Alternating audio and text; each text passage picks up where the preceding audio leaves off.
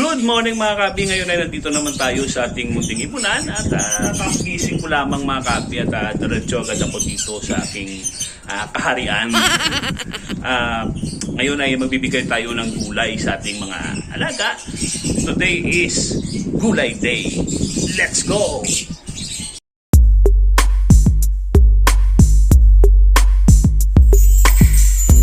Hello mga kabi! Welcome to Kano Abyaris Cooking Show! Hindi mga kabi, ngayon ay magbibigay tayo ng gulay sa ating mga alaga. Petchay tayo ngayon mga kabi. Tandaan natin sa petchay ay tanging green lamang ang ibigay natin. Huwag po tayo magbigay nitong white part na ito or yung stem ng petchay mga kabi. Dahil ito ay nagkukos ng pagtatai sa ibon. Tandaan natin mga kabi, ang pagbibigay ng raw ng gulay at salad sa ibon ay parehas lang. Ang importante ay nagugulay tayo sa ating mga ibon. At least once or twice a week, magbibigay tayo sa kanila. Wow! Magbibigay tayo ng mga green leafy vegetables gaya ng malunggay, kangkong, pechay, talbos ng kamote mga kabi. Ngayon ay sabayan nyo na ako sa ating video ngayon at papakita ko sa inyo kung paano ako magbigay ng gulay sa aking mga alaga. Let's go!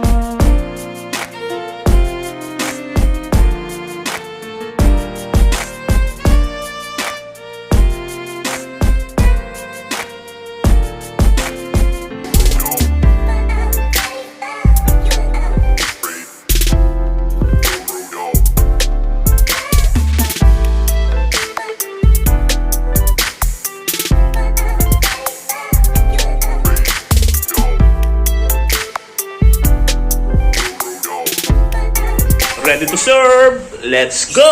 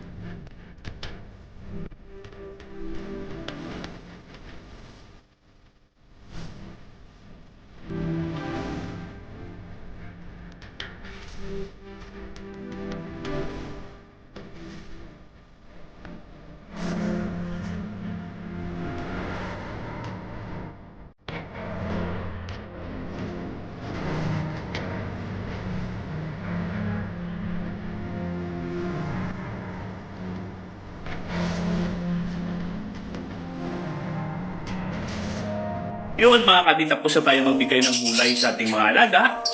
Mamaya-maya konti, after 2 to 3 hours ay magbibigay na ako ng seeds sa kanila. Don't rush, don't crush, don't worry about it, don't Kahabi, kung ikaw ay bago pa lamang sa ating munting channel, ay huwag mong kalimutan mag-like, mag-share, pindutin yung subscribe button at ang notification bell, iset mo sa all mga kahabi para updated ka sa mga upcoming videos natin. Again mga kahabi, maraming salamat sa lahat ng bird hobbyist sa buong Pilipinas at sa buong mundo. Mabuhay po tayong lahat.